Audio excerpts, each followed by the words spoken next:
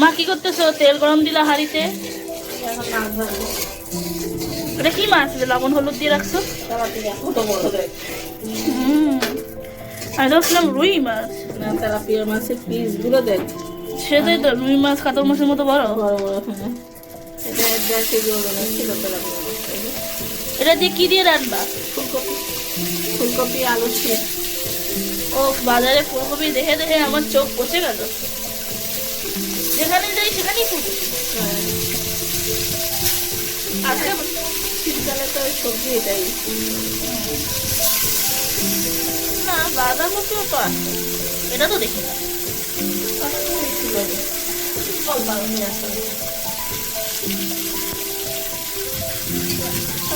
ফুলকপি আমার ভালোই লাগে। এখন কি এটা কিরকম ভাজবো? মচমচে ভাজবো নাকি মোটামুটি ভাজবো? কি মা, মাছ কি ভাজা হয়ে গেছে? তা এখন কি ভাজতেছো? আলুর মধ্যে টমেটো কি করে?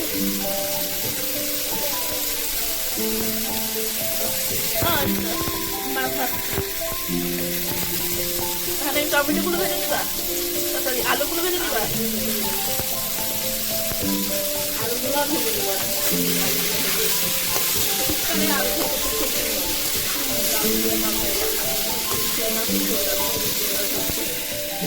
একটা শিং মাছ বিশাল বড়।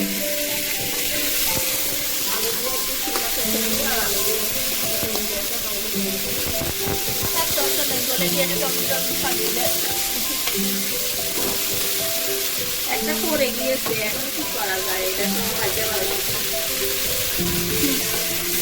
আলু খেতে খুবই মজা লাগে। আর আমি তো আলু ভাজা, আমার ঘরে আমার নাম করে গেছে আলু ভাজা। আমার সব কিছুতে আলু হতে হবে।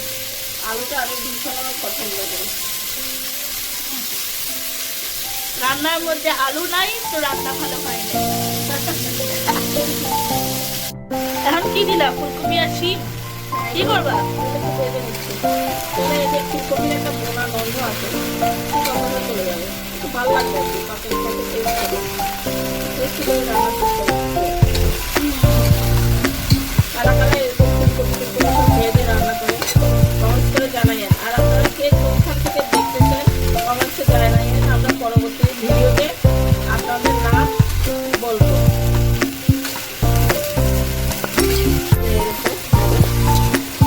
ভালো হয়ে গেছে?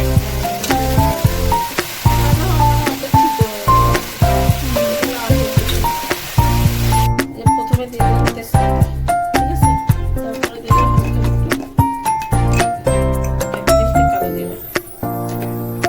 একবার রান্না করে খেয়ে দেখেন, এইভাবে খুবই ভালো লাগবে। আমি আগে রান্না করতাম না, হঠাৎ করে কালো দিলাম 1 চিমটে জিরা, আস্তা দিবা।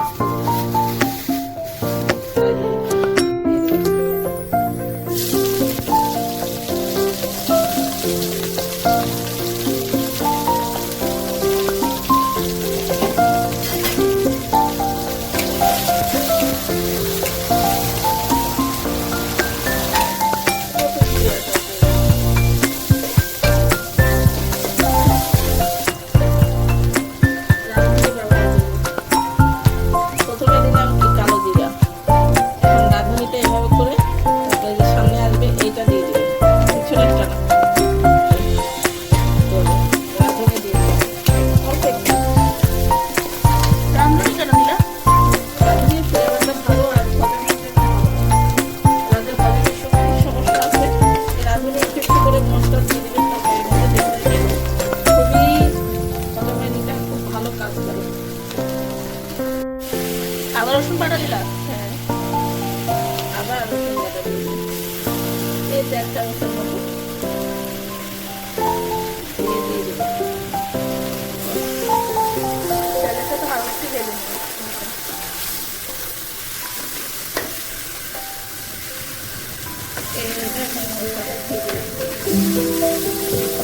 মানে ব্লেন্ডারের সাথে যে মশলাগুলো লেগেছিল পানিটা আমি মেথি পাতা শুকায়া, এই যে কাসুরি মেথি, যেটা অনেক টাকা দামি একটা মশলা, এরপরে 2 আঙ্গুল সমান 1 চিমটি দিয়ে দেবেন। রান্নার টেস্ট বেড়ে যাবে। বেশি না, 1 চিমটি দিলেই হবে।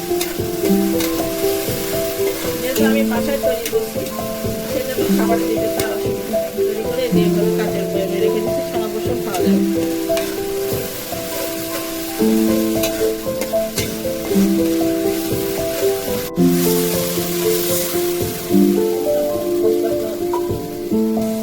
পরে পুরোটা কয়েকটা দিন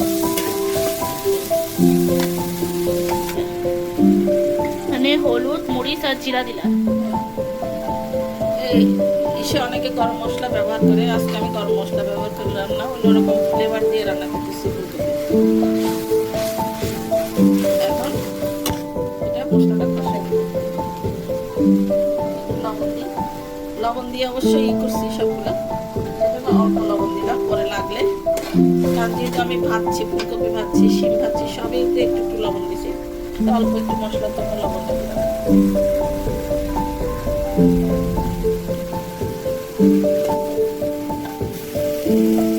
তারপর জিরে দিয়ে দিলাম।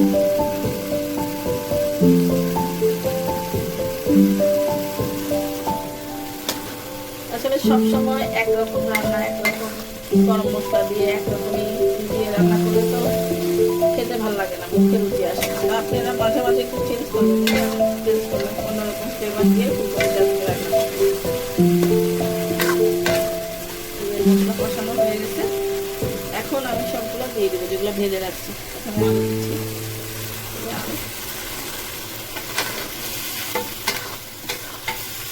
সবগুলো ভাজা, তারপর দিচ্ছি। এরপরে আমি ফুলকপি, শিম ভেজে রাখছি, এগুলো সব দিয়ে দেবো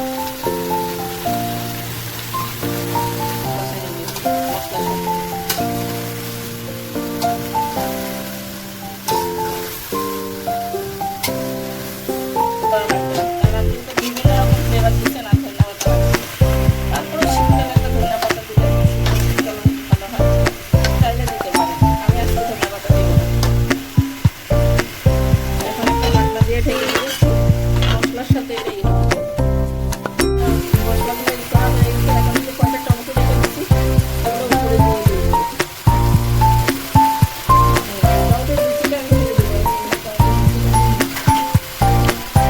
টমেটো বেশি দাও না কেন?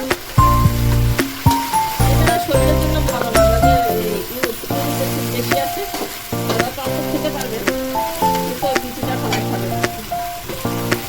এখন পানি দিয়ে দিব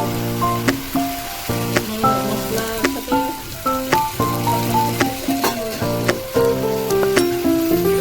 সময় লাগবে না।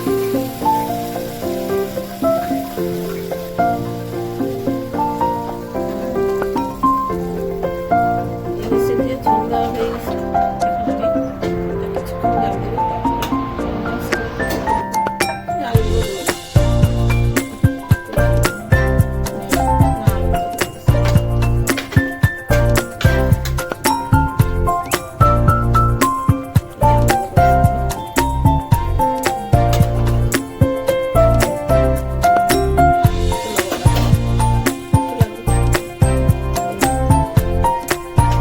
শীতকালে তো সবজি ভালো লাগে, তো একটু সবজি রান্না করে খাবেন আমাদের, খেয়ে ভালো লাগলে লাইক, শেয়ার আর কমেন্টস লিখবেন। আর কে কোথা থেকে দেখছেন আমাদের ভিডিওটা সেটা কমেন্টসে জানাবেন, পরবর্তী ভিডিওতে আমরা আপনাদের নাম উল্লেখ করে দেব।